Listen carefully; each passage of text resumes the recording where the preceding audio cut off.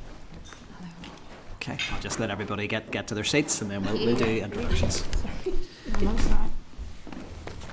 Okay, so you're all very welcome here at the Education Committee this afternoon. It's good to have you here. And I'll just run through the names that I have here as attending, but if any of you want to do any further introductions when it comes to your presentation, please feel free. So we have Festina Graham, the Chief Inspector from ETI, Nicola Byrne, Assistant Chief Inspector, Sinead McKenna, Acting Assistant Chief Inspector, Cathy Galway, Director of Policy, Planning, Organisational Development and Youth Education and Training Inspectorate. That is not a short job title. And Elaine McAllister, the Managing Inspector for ETI. So you're all very welcome, and we know that you are at a point of really launching quite a significant change in how inspection is going to be delivered in Northern Ireland. So the committee really is very keen to hear from you, and I'm sure there'll be a lot of questions across a range of issues. But at this stage, I will hand over for initial remarks or opening presentation, and that can be up to 10 minutes, and then we will move to question and answer. I'm just always mindful when we have a large panel, and I think we had that with the last evidence session, it can be difficult to get through things in a timely fashion if everybody answers every question. So we just ask to maybe just keep it focused to maybe one or two panel members for each question, and we tend to look at sort of 5 minutes per inquiry from each member. That's really just to make sure everybody does have the opportunity to come in and engage. I will do my best to stick to that. But over to you for now. Thank you. Thank you very much, Chair, and thank you to the committee for the opportunity to brief you on the role, function and purpose of inspection in education. Also to provide some further detail on the development of our new inspection framework, and to cover our thematic reports as you requested on physical education in the primary sector and the preventative curriculum, more specifically the relationship and sexuality education aspects of that particular report. I hope that the written briefing was helpful in providing a backdrop to all of that work, and I'll just touch briefly on each of those elements. So the functions of the Education and Training Inspectorate are set out in the Education and Libraries Northern Ireland Order 1986, specifically Article 102, and I just wanted to say that we operate very much in line with our statutory duties. The briefing paper outlined the wide range of areas we inspect, which include and go beyond the statutory education sector itself. And I suppose in terms of our distinct contribution to education, we are a unitary inspectorate, which provides an independent and evidence-based inspection and policy advice service, in particular to the Department of Education, of which we are also a part, and to the Department for the Economy. We do also accept commissioned work from other departments, so for example DAERA in relation to the inspection of the College of Agriculture, Food and Rural Enterprise, CAFRE. We also have agreements in place with Criminal Justice Inspection and the Regulation and Quality Improvement Authority in terms of joint working and inspection, cooperation with those inspectorates and also information sharing. And we do that essentially through memoranda of understanding and service level agreements with all of those organisations. Essentially, inspection serves 3 main purposes: public accountability, improvement at individual organisation and also at system level in relation to raising standards, and finally collecting first-hand evidence which can then be used to inform education policy.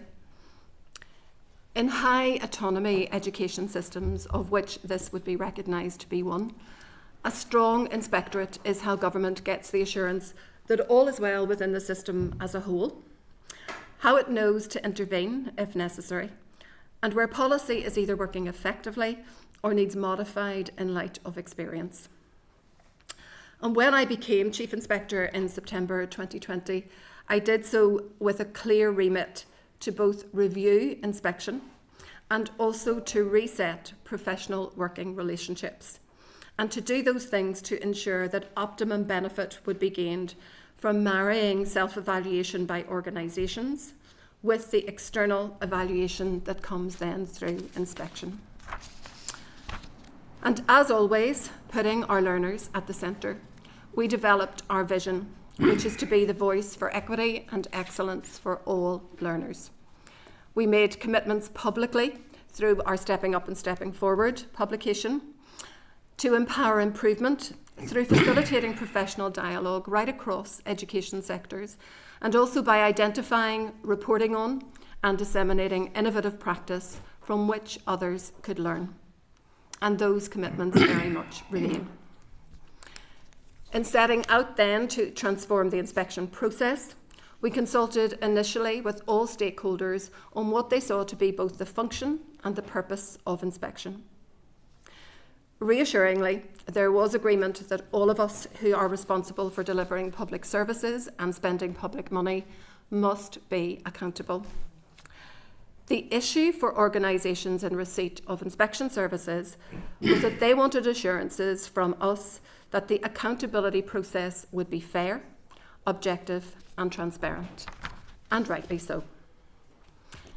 In turning to purpose, then, we set about defining and agreeing a purpose that would lead to organisations feeling confident, in other words, being empowered, to handle the process of inspection in a robust, professional, but ultimately a beneficial for them way, by seeing it as complementary to the ongoing process of improvement in their own organisation and as a catalyst to further improvement, rather than seeing it as an event to be managed, endured or overcome, or indeed just another piece of the bureaucratic burden.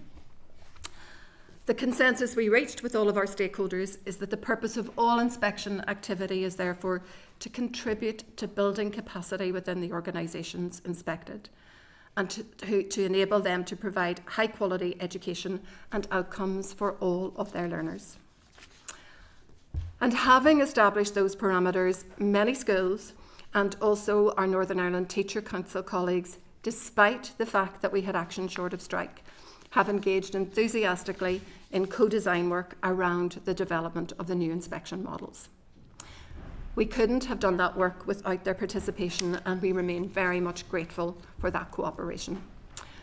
The development, the trialling and implementation of the new inspection model has to date been very well received, and a number of pilot inspection reports have already been published.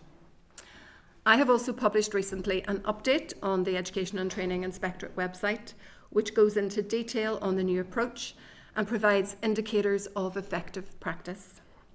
Inspectors have also been delivering what are called empowering improvement workshops, and in the current term we've delivered those to around 300 leaders, and we will continue to engage with the education and training sectors on the new model to ensure that schools, organisations, settings and indeed our youth clubs understand the new approach and can engage with it positively and constructively.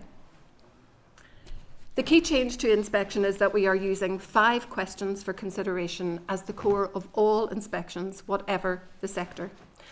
And those questions focus on what the school or organisation wants to achieve for its learners. In other words, the organisation's vision and the challenges it faces in doing so. How it monitors how well it is actually doing that, how it celebrates and embeds success, and how ultimately it creates a community of learning. We have included these as well as the 9 contributory areas in the written update that we provided.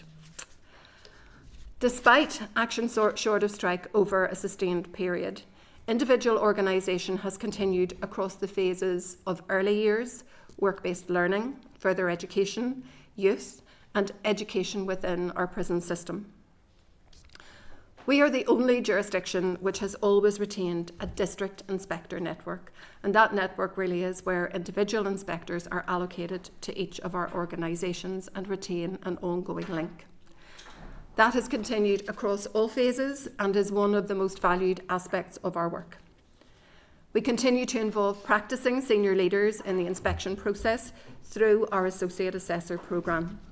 So, for example, Associate Assessors with specialisms in PE provided a number of the visits that would have contributed to the PE thematic survey that you have under consideration today. And then turning to those thematic evaluations, I don't plan to go into any detail on those in these opening remarks, other than to highlight that in the physical education report, while there is evidence of good practice, there is still more that needs to be done to ensure that children are benefiting from their statutory entitlement to physical education.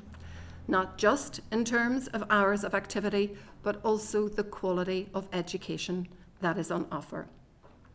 Likewise, we have highlighted the actions needed to ensure that children are receiving a high-quality curriculum offer for relationships and sexuality education, particularly one that reflects the contemporary issues facing children and young people and equips them with the knowledge and skills to be able to take informed decisions as they move to become young adults. These thematic evaluations, and being strongly evidence-based, allow us to advocate for the changes teachers and their pupils and parents want to see in these areas. Equally, rather than make a series of recommendations and leave it at that, we have tried to make some practical suggestions for next steps to move practice forward in both of these areas. We all know that these are very challenging times in education. We hope that by working collaboratively with a range of stakeholders and organisations, the service we provide will support our colleagues who work directly with learners day and daily to, in turn, enable more and more young people to succeed. As the strapline for our inspection framework says, lowering the stakes but raising the impact. Thank you. And we're happy at this point to take any questions. Thank you very much. Thank you for your written briefing and for that the presentation that gives us a bit of a summary of that. I would just want to start by really just making comment in terms of the engagement that I have had with school leaders on this process, that it has been really positive. And I think, school leaders and educators, rightly are very, very quick to tell you when things are not working in the system, and they will raise that flag, and that is absolutely what we would expect them to do. But in terms of this process, certainly the feedback I've had is that it has been positive, and that they have found the engagement to be helpful, and that there definitely seems to be a willingness to work with the new process. So I just want to put that on record. We don't often always sort of recognise, when things go well, and when engagement and consultation is effective. So I just think it's important that we put that on record. Lovely to hear. Thank you very much. I think just leading on from that, would you be able to give us a little bit more of an assessment of what the response from those schools who've been involved in the pilot aspect of this, in terms of how they have their feedback from the process and how it was for them? Okay, so over the last term, with the cessation of Action Short of Strike, we've been able to conduct a number of pilots. And those pilots have gone through the process of self-nomination, where schools actually volunteered to take part in the pilot. The previous period, and hopefully that's where you would have received some of that feedback from a lot of our schools, engaged in elements really of what the new inspection process was going to be. But again, we would really like to put our appreciation on record too for schools in the final term of the year, which is always the most difficult term, to actually volunteer to work with us, and we really very much appreciated that. So we've conducted 6 of those pilot inspections in the school sector, some in primary, and 2 in post-primary, and the remainder in the primary sector. We also completed around 25 follow-up inspections in schools, which was really coming from the previous process of inspection. But what we tried to do was to marry some of the old approaches with new approaches to, again, allow schools to get a sense of what we were doing and receive that feedback. So I'll hand over just for a moment to Elaine to talk about some of the specifics of the inspections. She has participated in those as our Managing Inspector for Primary and as the person who leads up that work. So Elaine, if you'd just like to give a little bit of detail on that. Yeah, certainly. We've had an awful lot of very positive feedback. The sort of things we've been hearing are that people are feeling empowered, that they are having professional dialogue for the first time in a long time, and it is a dialogue, and that they feel that there is respect from both sides. Very much the teachers, when we were going out, were very, very on edge. Teachers were highly stressed by the idea of somebody coming out into the classrooms again, because it has been such a prolonged period of time from even within their own school where they haven't had anyone coming in to observe. So they felt that was quite high stakes, but we, as part of our inspection process now, have a joint planning day when we go into the school ahead of the inspection to work with the principal, to look at the sort of evidence that the school has that they're going to present with us, to talk about it, to plan out how the inspection will be, to really find out from them their key priorities and how they're going to demonstrate to us the work that's going on in school, and most importantly the impact that they are having and how that is really benefiting the children. So we have had great feedback on that's been a very beneficial day, and a key part of that day too is at the end of the day meeting with the staff along with the principal and talking to them about what the actual engagement in their rooms will be like, how we'll talk to them afterwards, and encouraging them to be reflective practitioners and tell us in the lesson, where did the learning go well, where are you going to take this learning to next, what maybe didn't go as well, which learners didn't get it, which learners did. And if we can walk out of that room knowing that teacher knows where to go next with their teaching and knows what they're doing with their class, then we're happy, because we all know not every lesson, we've all been teachers, not every lesson goes perfectly. But if you know what didn't go well and you know what your next step is to fix that. So that has been very warmly received as well everyone that we have been in, including our follow-up inspections, we have had principals writing into us, giving us very positive feedback of that. And just to add to that, to say that the process continues to be a robust inspection process, and what was heartening to hear was also where things didn't go just as well as maybe people had hoped. They were very much receptive and were able to take on board the type of things that the inspectors were feeding back. So I think we want to ensure that there is that balance, also that improvements can be affected subsequently. So far, so good, but clearly we still have more work to do. Thank you for that. And I just wanted to pick up then, and it's been referenced in a number of the comments you've made just in relation to action short of strike, and again some of the nervousness that there might be in the system in terms of someone back in the classroom observing what you're doing, or scrutinising things in a bit more detail. Have you got any sense of the sort of key challenges that you see in terms of managing that? We may have quite a lot of teachers in the workforce now who've never been through an inspection process, never been observed by their principal or anyone from senior leadership in school. Do you have any thoughts around how that can be best managed to strike that balance between a robust process that the public can have confidence in, on that accountability piece that you referenced there, and in terms of the evidence base that is required for taking policy forward, but also to ensure that schools don't feel it's a threatening process and that it's something they can actually put their best foot forward and showcase what their school can do?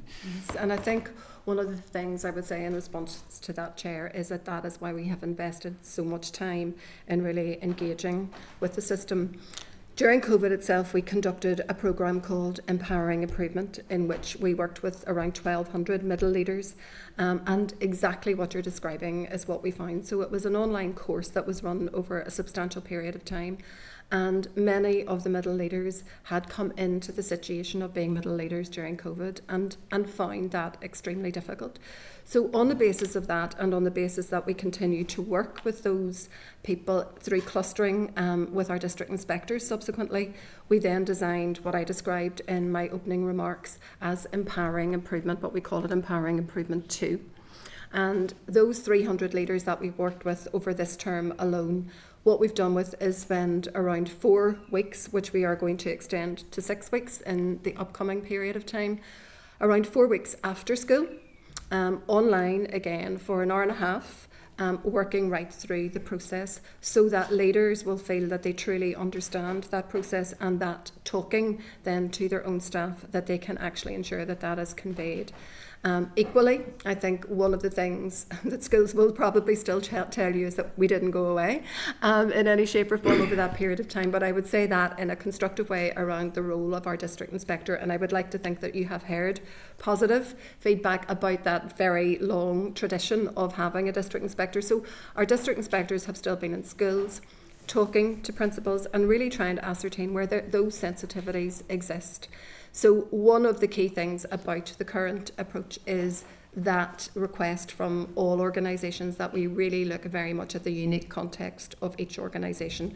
As Elaine said, the pre-inspection planning day, the inspector who will be leading the inspection will spend the day in the school, will talk to everyone on the staff, and there is something about that when people see your face and see you're a normal person in that particular situation, that you start to lower those levels of anxiety. But as Elaine said, we've also all been teachers. We know what it feels like to have someone else in your class, and what we're trying to do at the moment is shift the observation piece away from a focus on any kind of performance, if you want to call it that, of teaching, but to really focus, as Elaine said, on What have the children learned and how was learning facilitated? And that becomes a dialogue and a professional discussion that we feel will actually help the school to move forward subsequently. So I hope that does answer the question. That is helpful. And I have just one final question, and it's specifically in relation to the engagement in the inspection process with the children and young people in the classroom.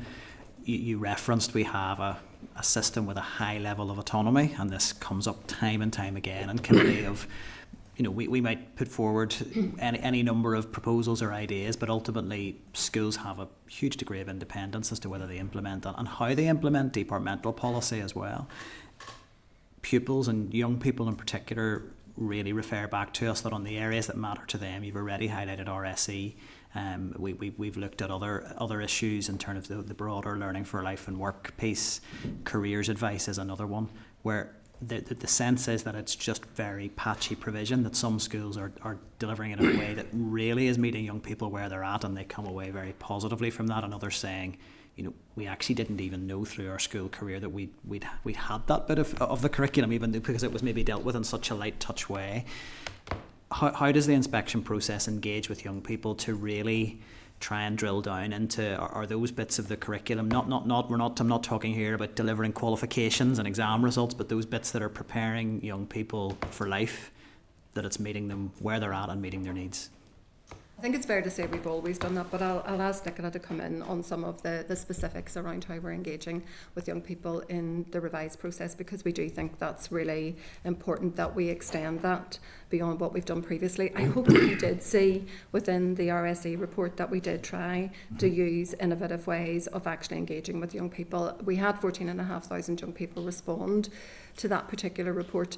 And one of the ways we tried to do something different was by putting those user-friendly responses back to them.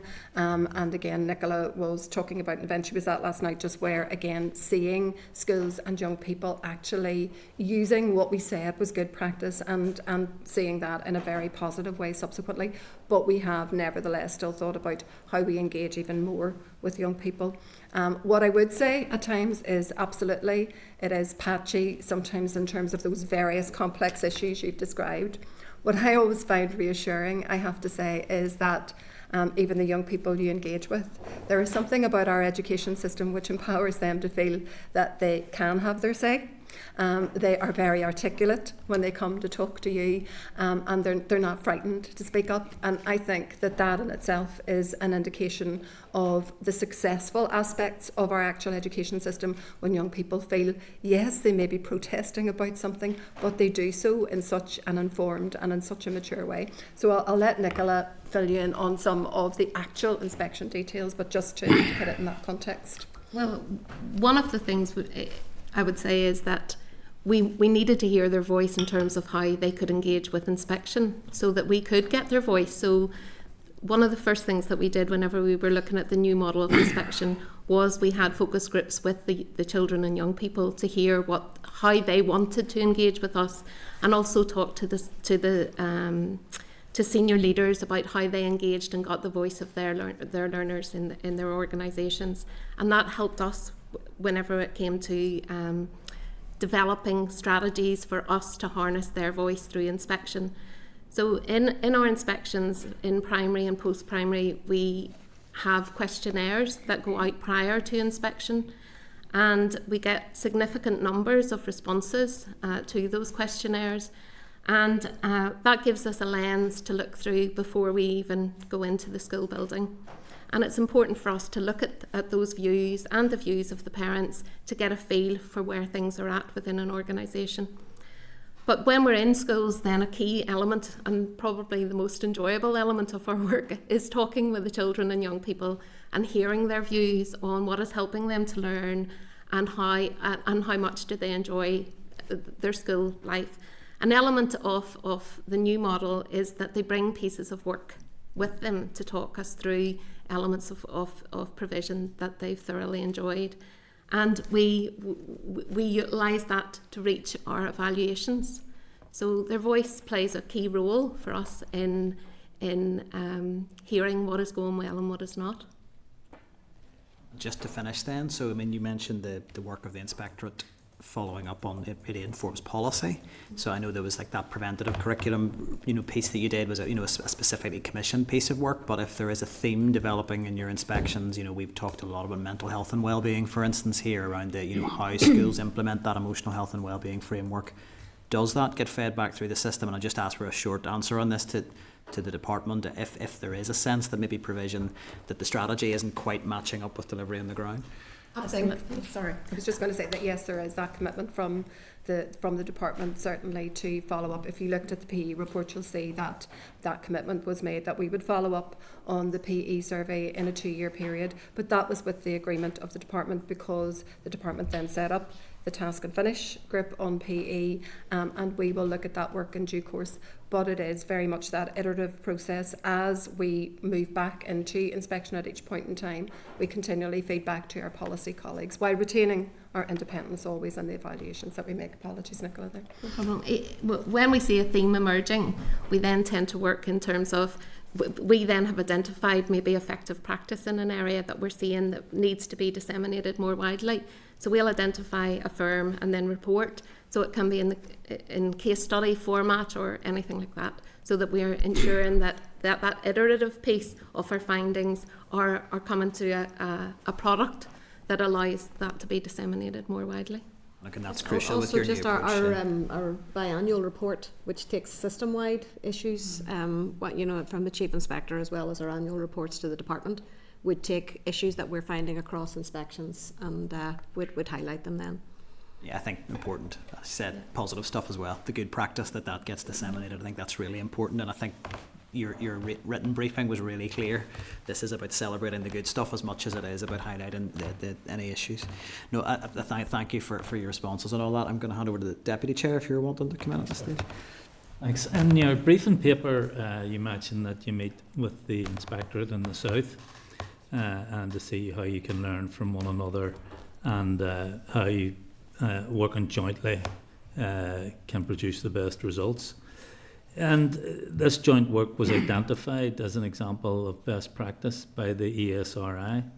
And the ESRI has also flagged up that educational outcomes in the South significantly surpass outcomes in the North. And I'm just wondering, in your work with the Inspectorate in the South, have you gained any insight as to why that disparity exists? That's not a conversation we've had in relation to that specific report. So that is something that we can look at in due course. But we do discuss all of the educational issues. What I would say is we would need to look at that in detail with our colleagues, as opposed to thinking about it just in isolation in any way, because I think with any report there are complexities around how data is chosen and how data is selected in order to look at something. But absolutely, in terms of different outcomes, we will also be looking at any of the shared island projects, probably in conjunction with each other. So I think that allows an easier sharing of practice. But what we do also is we do inspector exchanges. So some of our colleagues will go and join inspections in the South, and also other colleagues will come up and work with us. That has been more difficult for us because of action short of strike, but hopefully we will get back into that whole area of work again. But I think they have complexities in their education system too, and we share an awful lot of the same issues that we're dealing with. And in terms of those who go south from your own inspectorate, have they reported back anything of note that you think should be implemented in the education system here? Obviously people will have various experiences that they have, and I suppose what I would caveat anything I'm going to say herewith is the fact that, for me, I may have a lot of views on experiences I've had, but the only thing I can report to you is what we actually have an evidence base for, and that is my job as Chief Inspector. Anecdotally, I would say that one of the things that they say that they find interesting and different, not necessarily better, but interesting and different, is obviously the year before Leaving Cert where there is the option to take the additional year. And I think that's something that is worth exploring. But we don't know enough about that, I think, at this point in time to make direct comparisons between that and between what happens here. I think all young people, as we know, have different levels of maturity, and sometimes the opportunity for some type of gap year as such may begin to answer some of the issues that the chair was referring to there around the complexities of education. But that wouldn't be something that we would comment on in detail without actually doing a specific piece of work. So I'm talking very much about some of the comments that my colleagues make as opposed to anything I would say very firmly. Okay, fair enough. And moving on to another issue, in your 2021 report, Multidisciplinary Approaches to Meeting the Needs of People in Special Schools, you stated that collaborative practice between education staff and multidisciplinary specialists is a significant and highly positive feature of a number of special schools. Now, the situation we're in at the minute, where there are a large number of specialist provisions being set up in mainstream, and we're also hearing that there's a shortage of the type of allied health professionals that are needed for that wraparound support. First of all, are you concerned that children with special needs, particularly in these SPIMs, aren't going to get the support they need? And are you, as an inspectorate, going to put a particular focus on those SPIMs? Thanks. What I would say to you is that I think that had there not been Action Short of Strike, I don't think we would have found ourselves in exactly the crisis that we find ourselves in now, because had we been in schools continuing to do our work, I think some of these issues would never have got to the point where, never mind me be concerned, everyone is concerned, I think, at this point in time. And I would like to say that to the committee in the sense that, you know, I think our day-to-day work, being in individual organisations, ensures that we are looking very specifically at those things. And I think it's unfortunate that we have found ourselves in that situation where, again, as you say, children who traditionally would be in special schools may not find themselves there.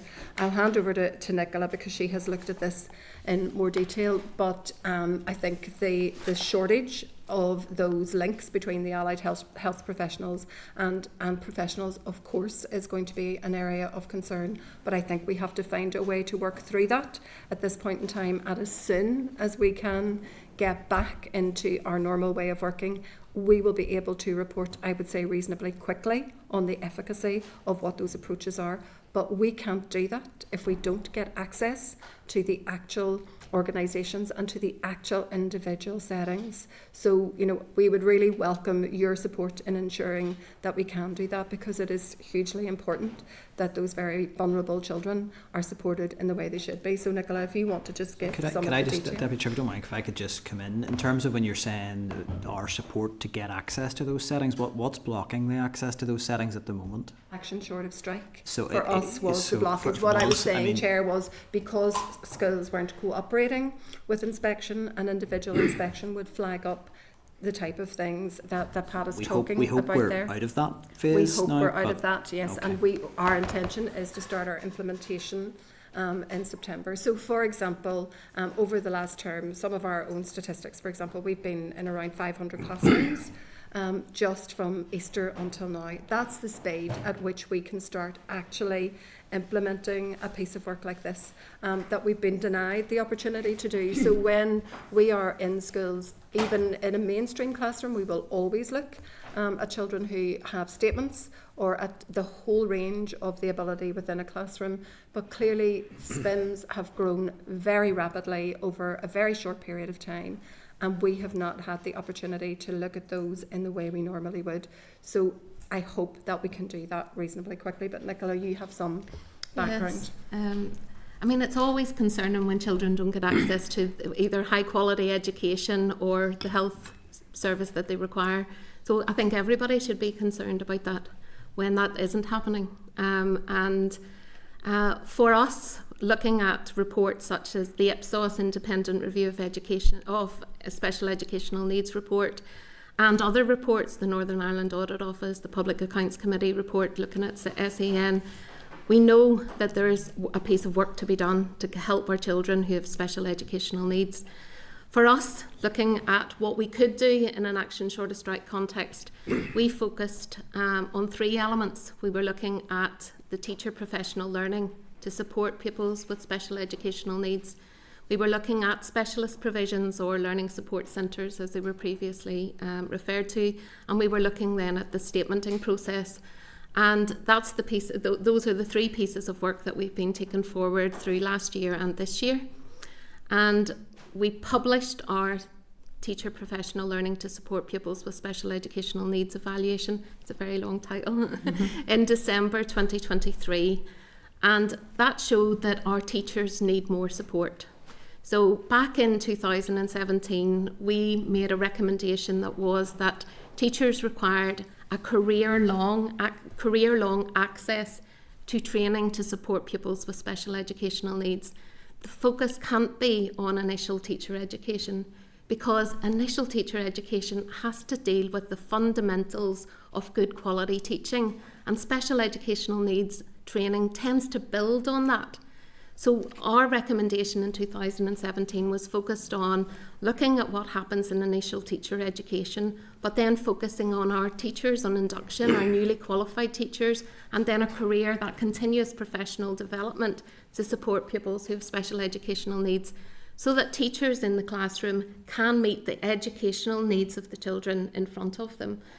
And our report in December 2023 shows that there are gaps in that access and inequity in access across special schools or mainstream schools to the types of training that teachers need. And our report puts forward suggestions, practical suggestions on how that work could be taken forward to help teachers feel empowered. The change we seek it has to be us. And with that, I'm thinking... And Nicola, has there yes. been any discussion with the department or the EA in terms of implementing those recommendations? Yes, frequent conversations, Pat, because it's crucial that this work is taken forward at pace. So I have to say that the Education Authority, one of the key issues was that teachers didn't know what training was available, and they didn't know how to access it, and they didn't have access to it. So one of our recommendations, and it may seem very basic, but it was to have a centralised repository of all of the training that is available so that people can access it. And that work is already in train and is now being launched by the EA so that teachers can access that training. We need to have a look to see what exactly that offer is, and we need to see the quality of the offer. And we will be keeping an eye on how that work is progressing. And just finally, Chair, one quick one on a scale of 1 to 10, how satisfied are you with the progress being made on that? I think progress, we have to take things in steps. Children need things now, and we've stopped using numbers. It sounds like a low number. It's a complex landscape. It is a complex landscape when we work it. I think, in fairness, the end-to-end review within the department is encompassing this, and so it's less obvious in a way, but those changes are happening. As Nicola said, piece by piece, those are happening within the context of the department's Learning Leaders Strategy, which is the broader professional development strategy. But it is not by accident. You have 2 reports in front of you. Nicola is talking about special educational needs. All of these reports are highlighting the lack of professional development and the lack of access to professional development for our best resource over a considerable period of time. Some of that has been down to action short of strike as well, but I think it is crucial for all of us to work collaboratively in that space of looking at professional learning for our colleagues. We can spend millions of pounds on all sorts of initiatives, and we spend lots of time tracking them and finding out if they've been successful, but in actual fact, our best resource is our human resource, particularly of our teachers and the rest of the workforce. And I think each report is highlighting the fact that consistency of access to professional learning is not where it needs to be in our system at this point in time. And I really would want to emphasise that, because special educational needs is one area, and the 2 other areas we have under consideration today emphasise it very clearly, and our teachers are telling us that and trusting us, I think, to actually report that back to yourselves. And that, I think I gave a bit of extra time to that because I think, you know, we're going to be hearing, we hope, from the department in detail around the whole transformation agenda around SEN after recess, and I think we should not lose sight of how critical the empowering teachers to actually deliver for children with special educational needs. It's critical, but there are the challenges of resource. Schools don't have the money to pay for training; they simply don't have it, and with teacher workload and those pressures, they often don't have the time. So there are challenges there in terms of how you operationally roll that out to ensure that teachers access it. But I think it was a really clear recommendation of the independent review that professional development for teachers is a vital element of our education system. We wouldn't tolerate it in the health system that a consultant just stops upskilling. You know, we would not tolerate it. But those educating our children, often there is a sense that, you know, that the training has been on hold for a long time, and that doesn't seem appropriate. But David, you'd wanted to come in just on this point, and then I'll bring you. Yes, thanks very much, Chair. It was just to make sure I picked you up right. You're understanding the need for ongoing professional development and so on, as Nick's talked about, and you do in health have revalidation and so on. It's very important. But are you saying that we shouldn't be looking at instituting that at the initial teacher training at all in terms of being mandatory? Because I mean, it's currently an optional module for teachers to have that, and it's a useful module, and I know that they're wanting to make it compulsory for all teachers to have experience now in special schools, and I think all of those moves are the right moves in the right direction. So I wouldn't be saying not to be doing that. It's building braces rather than saying. But the complexity of need of children, it is difficult to meet the needs of children with special educational needs given the complexity, and it takes an understanding of pedagogy that needs that bit more in terms of masters in special educational needs, PhDs in elements of special educational needs. There's a lot to it, and you need to have a really clear understanding of what good quality literacy teaching looks like. What does it look like if children, particularly I'm thinking of children with neurodiversity, and we do know that the fundamentals of teaching in that period of time, it's a 4-year course. If we want it to be an 8-year course, then that brings with it all of those other issues, whereas our report in December is saying have that initial teacher education piece to allow teachers to come out with the competencies, but with that recognition that this is a career-long piece, because the needs of children today are not the needs of children tomorrow. Yes.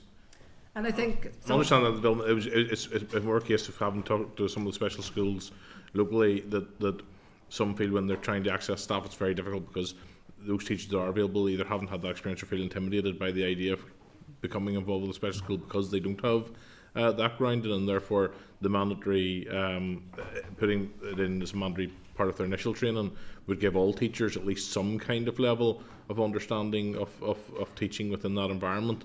And therefore, yes, of course, if they're going to go down and make a career in that, there'll be a further degree of specialism needed, but that foundation level probably, it feels to me in the discussions that we've had so far, and I'm not no expert clearly, but that it would be beneficial for all teachers to have that grounding. Absolutely, yes. Thanks. Might not have time to bring you back in again. No, that's fine. Robbie, if you want to come in. Yeah, I've got a couple of questions, but I'm going to jump on David's point, if you don't mind, because I think this is really, really important that we flesh this one out. Because previously we'd had this discussion around autism and making it a mandatory component, and I'm going to use my own experience. When I came into the training service, either as a prison officer or a firefighter, I literally wouldn't have been very good at my job. I wouldn't have had the experience that you get on the job. I imagine teachers are the same.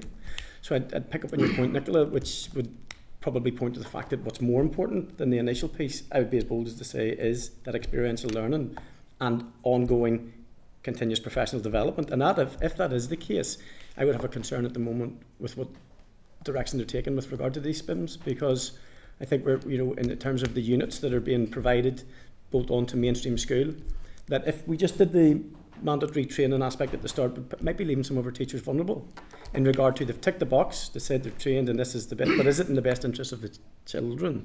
And if that's the case, if I'm kind of half right, have ETI developed any methodology or a roadmap to how CPD could be done for teachers if this is the direction that the department and the EA are going to take for these kids? I think with all training, even the term autism, the actual needs of that individual child, the diagnosis of autism does not tell you what strategies you need to deploy for that child. You need to know that child, you need to know where their strengths are to be able to build on and to know that child, and that's why the engagement of the parent is crucial, so that you can see what works for the child and what doesn't. So the training helps in terms of some strategies, and Middletown Centre for Autism have a fabulous model for how they roll out their training. That's a very impactful way for teachers to engage and to build their confidence in their ability, rather than looking for an external source to come in to support. And that confidence is really important for teachers to be able to say, I know you as a child, I can work with your parent to provide, to put things in place to help you to progress. So what's next for you as a child, rather than you're a child with autism and therefore I will do this. It's about those conversations, I think, and that is a skill set that requires experiential learning alongside the theoretical side of it all. And to add, in the TPL for SEN report, we did report that there were clusters being formed naturally in area learning communities where actually practitioners were coming together to actually share their experiences, and that's part of that experiential learning that you will see, where practitioners will come together, they will share the challenges within their own school community, and that's where practice also builds up as a reflective practitioner, and we see evidence of that on inspection, and we're seeing that across the piece when you transition into work-based learning. For instance, there's the Skills for Life and Work programme, where a lot of these young people are actually now presenting, and you can see in our reports that we've recently published on our website that a lot of these learners are actually presenting with these needs, and you're again seeing the challenge of tutors and vocational tutors actually having to say, how do we address the need? So it's all about really professional dialogue, conversation, making sure that there is practice in place that you can actually disseminate and share. So I think we play a really important role in identifying that practice, in seeing where it is, and being able to affirm what is going well in the system, who is doing well, but there are absolutely challenges that we acknowledge for teachers, for tutors, in terms of dealing with it in the here and now. Okay, thank you. I'd like to stretch it one out, but I'm not going to, because I want to ask about ETI specifically, if that's okay. So a couple of questions. One, I think, and I hope I didn't miss this in maybe a reply to the chair, but the review of the thematic report into PE is due. Has it started? Is it complete? And if it is, could you tell us about that? And is ETI resourced to qualitatively and quantitatively carry out the inspections? And then at that point, what teeth do ETI have in holding anyone accountable, and what does that look like? We have to ask to keep answers very brief on this. Robbie's given you a lot. May not be doable, but we're always coming right at the end of his time with basically a whole new set of questions. So I will have to ask for that to be a brief answer. It is our intention to start looking at the follow-up to the PE survey in the upcoming academic year, because we need to allow time for our practitioners as well to actually get the opportunity to review that process. So in terms of our resourcing, we have a range of specialist inspectors. As we said, we're a unitary inspectorate. We all come from a range of backgrounds in terms of specialisms, and once we're in the organisation, then we work in at least 2 areas, so that we broaden our understanding, because we see ourselves as professional evaluators of education, as opposed to that we necessarily formally worked in that area. So traditionally we would usually have at least 2 PE specialists in terms of post-primary, and then a number of our primary specialists will have had PE as their background. So we try to keep a range of expertise across our organisation. At this point in time, our resource is depleted, and so we are struggling around the area of PE. In terms of post-primary PE, we have only 1 inspector at this point in time, as opposed to 2, but she can do the work of 2 and, in terms of her expertise. But I think equally then we will be going out to recruitment for another inspector in that area. So I think we're content enough that we manage to cover all of the specialisms that we need to cover, but but our resourcing has been depleted, and so we will need to build back to full capacity as an organisation, and that will take a bit of time for us to do that. In terms of the having teeth, I think the important thing is that we do have that long tradition of working with all organisations. I have to say I feel privileged doing the work that I do, but I think people do respect the evaluations that we make, as I said, with particularly the RSE, for people to actually say to us how uncertain they felt about delivering aspects of that, rather than pretend or put their best foot forward, I think shows the trust and respect that people put in us to actually carry something forward. I think if you feel that, as I said originally, if you've been treated, the evaluation is objective and transparent and fair, then there is something in every teacher which is professional as well as, which is vocational, as well as professional, that you want to do your best for the children. There is no other reason for you to be there. So some of that is inbuilt, I think, in the teaching profession. Nevertheless, in the previous inspection process, as I said, we had follow-up inspections, so we would continue to monitor once an inspection has taken place to ensure that the improvements that need to be made will actually be affected in due course in our revised inspection framework. We've made a decision that every organisation will have some type of follow-on activity, even if it is a wonderful organisation, because that allows us to actually look at dissemination of the most effective practice and what we would call next practice, where we can really see cutting-edge practice in our system and take that forward. So as I said earlier, our organisations know that we didn't go away during Action Short of Strike, but I hope that we have those effective professional relationships where that will actually happen. But we will formally report, as always. Again, on PE, we will bring that to the department, because obviously that's to whom we presented the first report. And again, there has been that commitment in the absence of the Assembly from our Permanent Secretary at that point in time, that all of our reports would be responded to by our policy colleagues, and that we would formally then report on those in due course. So there is that cyclical process which is really much focused on quality improvement. And as I say, in some of the other jurisdictions, it's an inspection and it finishes. But for us, there is the ongoing work with organisations, and our district inspector will always remain with the organisation. So I hope that indicates how the teeth that we have are teeth that are working constructively, I hope, and positively with the system, but the improvements are affected over a period of time. I've had an indication from Cara online. Is there anyone else in the room who's looking to come in at this stage? No? So, Cara, over to you. Thank you, Chair. Thank you, panel, for being here today. I just have two questions, so I'll do them back to back. One is around when we talk about high quality education and inspection. I'm just intrigued to hear your perspective of the role of phones in school and distracting our young people, what your take is on that. And secondly, I would love to hear your perspectives on, we've had some back and forth with the department about rules and regulations around bullying and reporting bullying, and I'd imagine inspection plays a role in that as well. So I'd just love to hear your perspective on those two issues. Thank you. Thank you. I suppose our view of the world of technology in general is that it is a tool that is there to be utilised by us as human beings. And I suppose one of the things we would say about education, and particularly education for the future, is that we have to educate our young people to keep ahead of all of the technological changes so that they can be in control of that situation. So I think, as you say, the issue of phones at this point in time is one which is highly sensitive and controversial, because there are so many extremes, I think.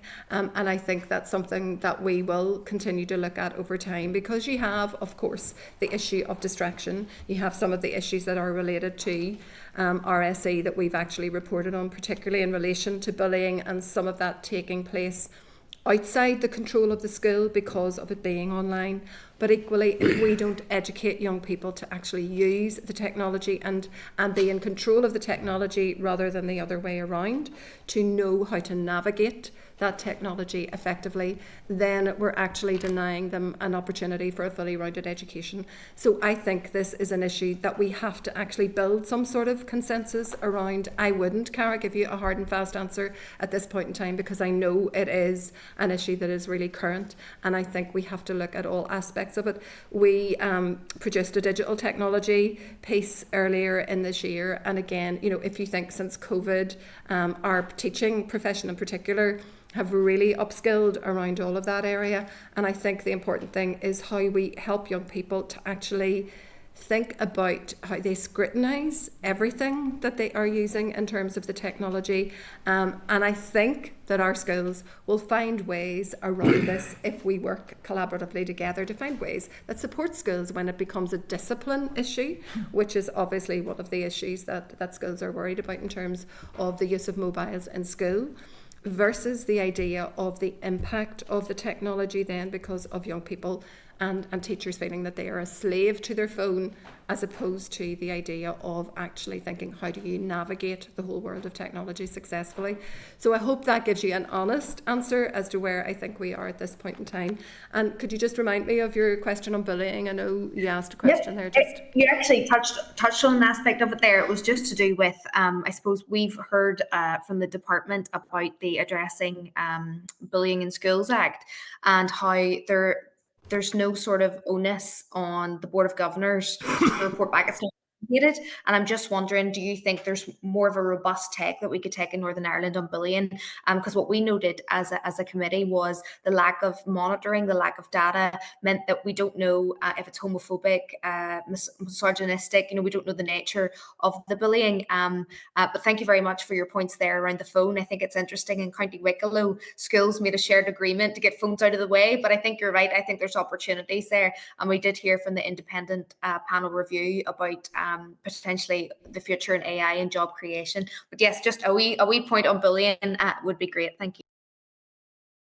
And yes, and I think just the whole concept of bullying, I suppose, for us, because we go into organisations and look at everything about that organisation around the culture and ethos of the organisation, we wouldn't necessarily separate bullying out as something that we would see as, well, we look at this, because what we want to see is what is the culture that is actually being created in the school.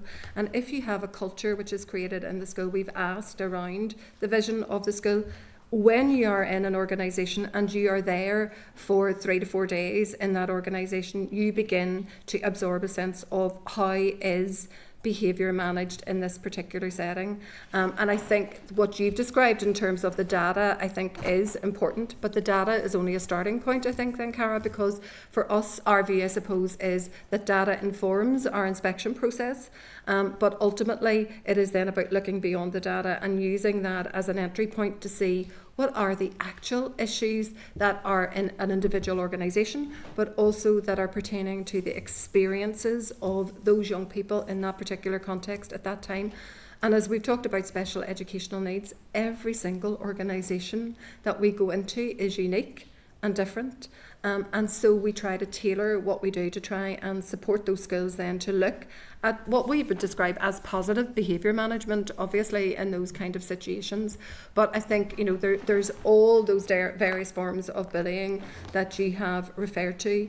I think telling people not to do it is not going to work. It is about trying to ensure that there is a culture where young people actually know that it's how they engage with each other, and back to the relationships part of RSE, how they build positive and supportive relationships with their peers and with everyone else whom they encounter in life. I don't know if any of my colleagues want to add to that. I mean, when we're on inspection, we do look at addressing bullying policies or anti-bullying policies. We do look at the promoting positive behaviour policy. We look at behaviour for learning policies, all types of policies. But ultimately, I'm just thinking of the last two months that we've been on inspection. And, we in those 500 and odd lessons that we've been in, you get that feeling of where things are at in terms of a culture of disclosure and saying how people are feeling, and just that emotional literacy within the organisation, and that's so crucial. So sometimes the numbers can give you a picture that tells you that this is a culture of disclosure here. this is an important piece rather than this is a school with issues around bullying. And it is that cultural piece that we see the outworking of those policies. We talk with the governors, we talk to them about the information that they're getting. We're looking at some of the data around attendance, suspension, expulsion, and trying to see some of the practice that's there, whether it's restorative practice, whether we see all of the different strategies that schools can use to try to ensure that children know that they're valued and that they're welcome and that they are that the staff there want to be there to be able to help them. And that's the culture that we want to see in our schools. So sometimes the data it's about getting underneath that and actually seeing the outworking of the policies that are in place and ensuring that schools are reviewing that so that they're very child-centred, because we know that our children are going through difficult times, whether it's an increase in social behavioural and emotional well-being needs, whatever. We know that our children need the teachers to be advocates for them. That's very helpful. Thank you. Thank you. Thank you. I had an indication for Kate there. So thank you, Chair. Thank you, Sir. So interesting. And Nicola, lovely to see you again. I've got a couple of questions. The first is, Nicola and I were at an event last night where St. Pat's, Our Lady in St. Pat's Knock, launched a Female Voices a document on curriculum to tackle sexism and misogyny. And just interested in some of your thoughts on that. And as an inspector, what kind of your take on that was. I'm really interested. My second, I was going to ask about preventative curriculum, but actually, while we've been having this conversation, I've been thinking a lot about newcomer children, and to get a sense of to get your views on kind of how schools are dealing with this, because our demographics are really changing. And we talk a lot about SEN, but I'm very worried about newcomer children, especially asylum seeker children who are moving around different schools, and kind of how you see schools dealing with that and how you assess that. For starters, I've forgotten my third question, but I'll leave it with those now. Go ahead, Nicola. Well, first of all, thank you. Yes, last night was fabulous. Great to see Our Lady in St. Patrick's taking this issue and empowering the children to move this forward. Those young people last night were just an absolute credit to the school. What I did say, though, to the principal last night was that I wasn't there in an evaluative role, so I won't be invited to anything if I keep going and evaluating the work. What I will say, however, more generally, is that that type of work where a teacher facilitates young people to take control of their own learning and to see, because they're well placed to say what the younger cohort of pupils want, or what's relevant to them, what they need for life. And I think that was an excellent example. I look at our preventative curriculum report and I look at what needs to happen next, and one of the first things is about empowering young people. And that was so evident last night. So I thought it was a fabulous initiative, fabulous to see the head of PE really empower the children there, and it's that kind of thing that we want to disseminate. And we see such fabulous practice in our schools that it's important that we do disseminate that more widely. I think that's actually a role for the committee as well. I'm going to suggest that we get the young people to come in and present their work, because that encourages other schools to do more of that as well. When it comes to the newcomer piece, I'm conscious that we've just published a report with for a pilot inspection of a school that has 75% newcomer children, and one our going forward for that is the dissemination of the highly effective practice to support children with who are newcomers. So there's some excellent work going on, and there are some schools that are struggling. So I think it will be important for us to affirm the good practice that is there, and to provide support through our district inspector roles to be disseminating some of the better practice that's there. What is effective practice, and how can that be shared? Yeah. Yep, happy with that. Thank you. Okay. I have no other indications at this stage. So I'll finish up with just a final question. It would be for a very, very quick one because it's a big topic. But one thing that does come up is around the inspection of RE and the fact that doesn't sit with yourselves. And look, it may be that you're not able to express a view on this, but I mean, do you have a view around whether or not there is a need to bring that under the auspices of ETI? I mean, I'll put my cards on the table. I would have a concern that we do just seem to have one part of our curriculum that doesn't maybe get the scrutiny around accountability and the policy development and the sharing of good practice and all of that that you outlined at the start. I just wonder if there was a view, and it would just be for quickly, but just in terms of taking that forward. Yeah, my understanding is that is in legislation, Yes. so there, we really don't have any control over that, and I suppose we do what we, as I said, what is our statutory duty to do. What I would say is that schools can request to have RE inspected by us. That will tend to happen in the post-primary sector where there is examination, RE in particular. But the other side of that will be that sometimes schools will request us to inspect their provision for RE, because I suppose it is that issue of a community of learning in a school, and there are times when teachers feel that they have almost been left out of the process, particularly if things have turned out well for the school. So the option is there, and I think at the moment we're probably content with that, because I think that allows the choice around that particular issue, which is to do with moral and family values, obviously, to be something which is considered separately, but equally it is down to the Chair of Governors then to make a request, and by and large we will say yes to a request if we receive one. I'm just conscious it's an area of the curriculum where there's a lot of reliance on third-party provision, and again, just that accountability piece to just be understanding who's coming into schools, how are those decisions taken, and who scrutinises that. But understand your role is set out in legislation. But no, that's fine. Are there any other indications at this stage, or are we content to leave it there? Look, I really appreciate your time, and I think we are hopefully at a really good juncture in our education system where your functions can now continue as they should have done, but with this new framework in place, that we hope that the positive reception continues with schools. So thank you for your time. Thank you very much indeed. Thank you. Thank you.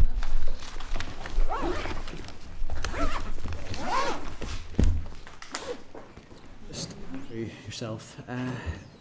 Is there any actions arising from that? I'm not aware if there's anything that we particularly agreed to take forward, but I thought it was a very helpful briefing session in terms of just where we're at in terms of that inspection piece. Yeah, I think both briefings were had great energy and really interesting, and I have checked whether Hansard could provide a retrospective transcript of each of those, and they have said that they'll do that for us, so we'll send that out to you, or they'll actually send that out to you whenever it's ready.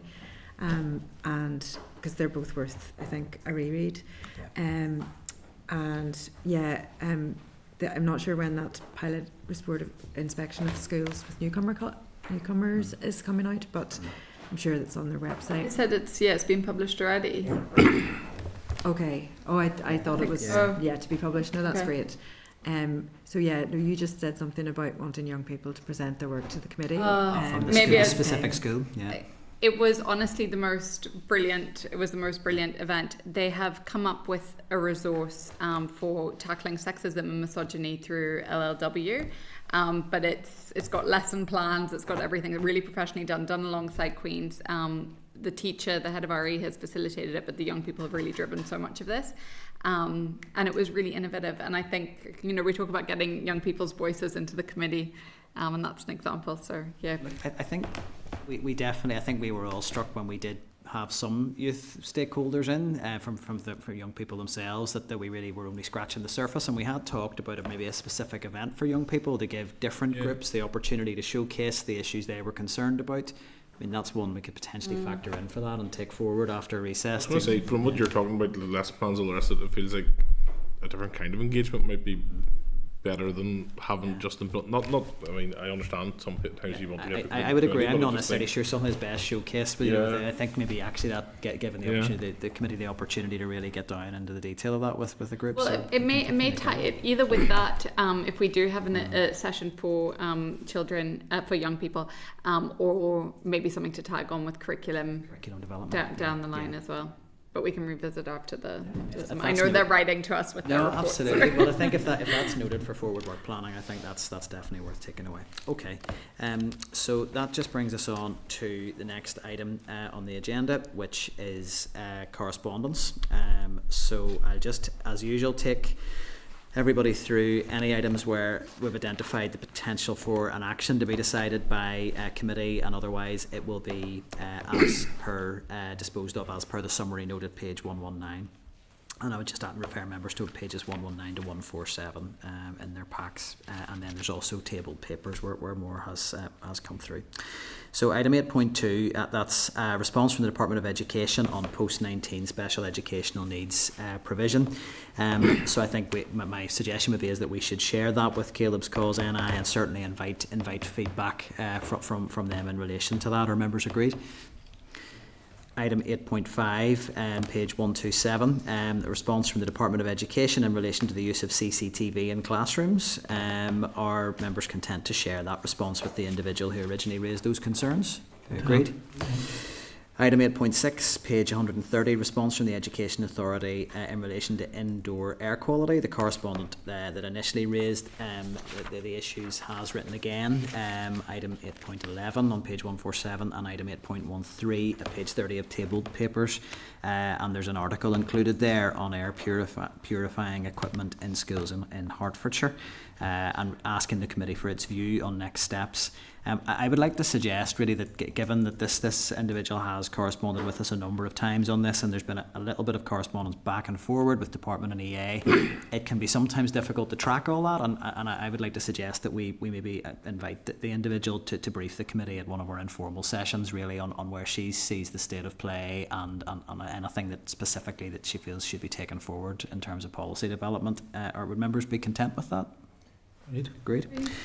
And then item 8.7, page 131, that is a copy of correspondence from the Northern Ireland Assembly Committee for the Economy to the Minister of Economy and Education, and it's in relation to how they've set out a perceived lack of cooperation between the two departments in developing the childcare strategy.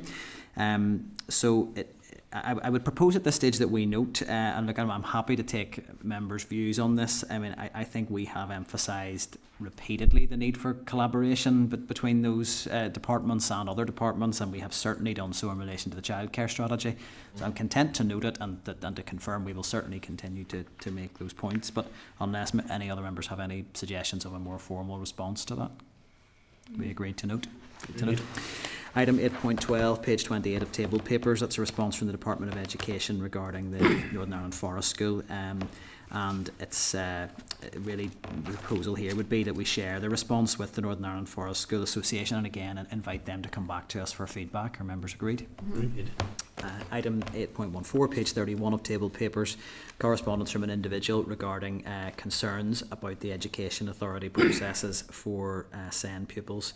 It's a very, very detailed piece of correspondence, but I think there's a lot in there that crosses over with issues and concerns that we have raised. So I would propose that we do send that to the EA to request its response to the specific points raised. Are members agreed? Agreed. And then item 8.15, page 37 of tabled papers, is correspondence from the NSPCC with a request to give oral evidence to the committee as part of the RSC inquiry. Are members content to schedule an NSPCC briefing and to just reflect that in the forward work plan?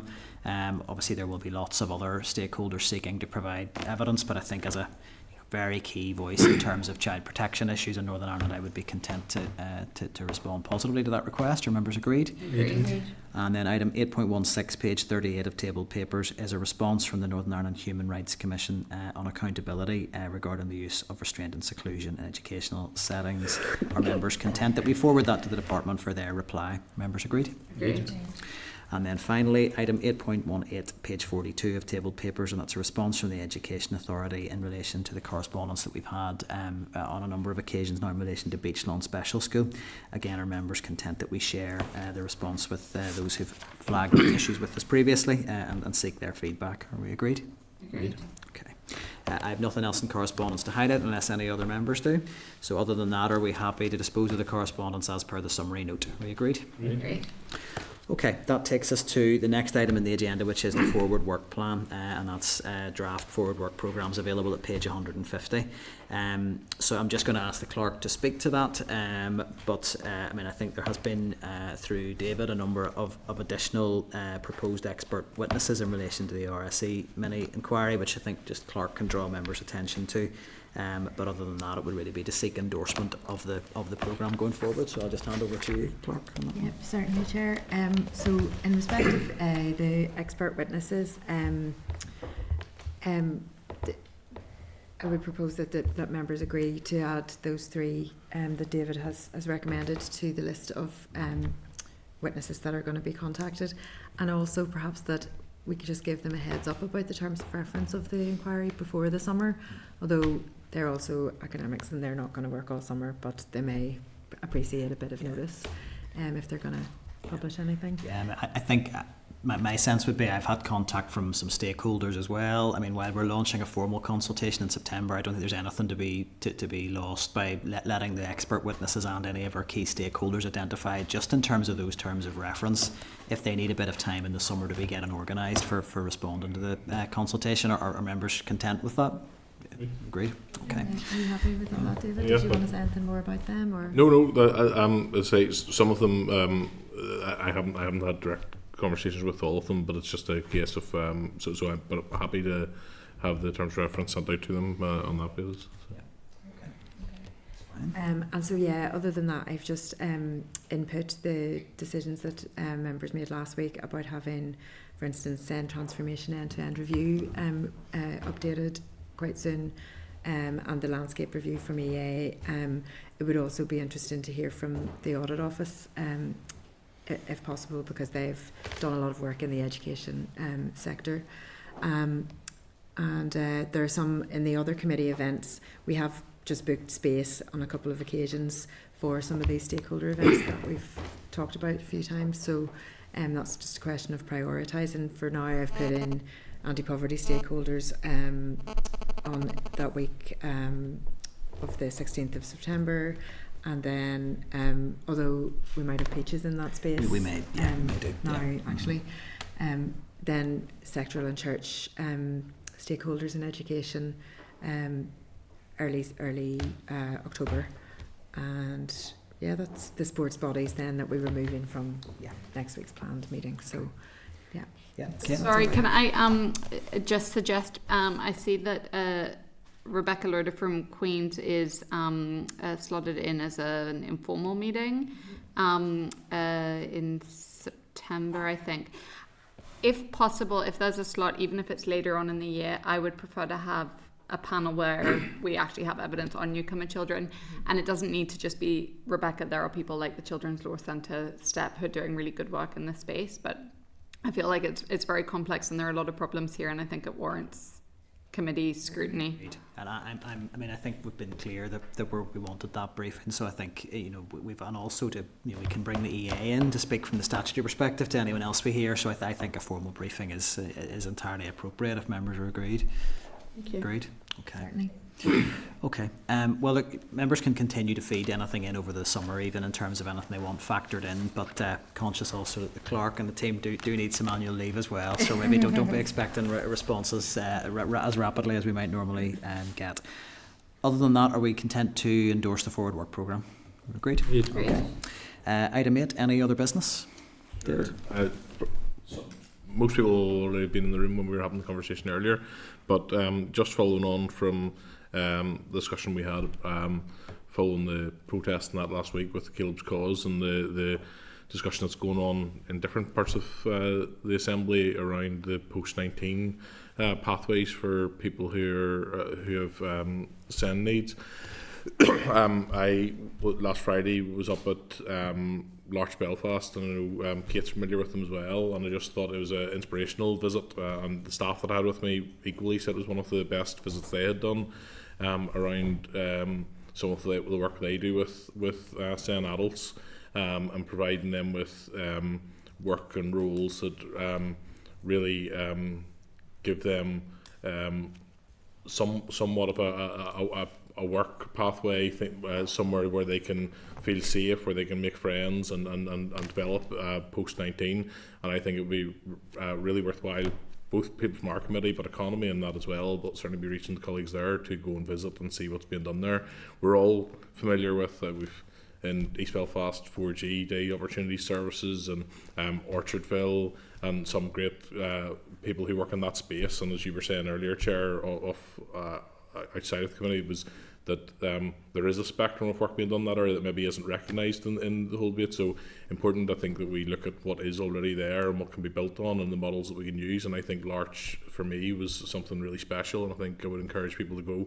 I know this Friday they are having another open day. If anyone's available, I would encourage them to go. It's on Mance Road there, just into Kate's constituency, but fairly close to my own. So just to recommend that, Chair. No, thank you for that, David, and that's really helpful. And I think one of the things maybe I should have mentioned, maybe when in correspondence around the post-19 stuff, I think when we're engaging with the department around SEN transformation, we need to make sure that strand, that is not, we don't just view this all through a skills-based lens. The transitions at the other end are absolutely crucial. So, okay.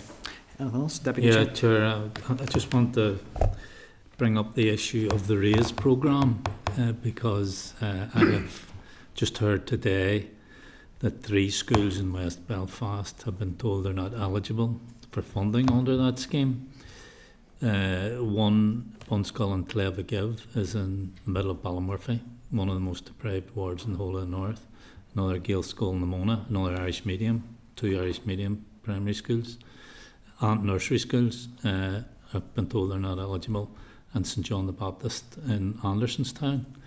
And I'm just wondering if we could get clarity around the criteria for funding and the funding model that's being used, because, there's a clear link between deprivation and underachievement, and if schools from some of the most deprived wards are being excluded, there seems to be an issue there. And I've also been told that the makeup of the children in the nursery schools within those schools are not taken account of either.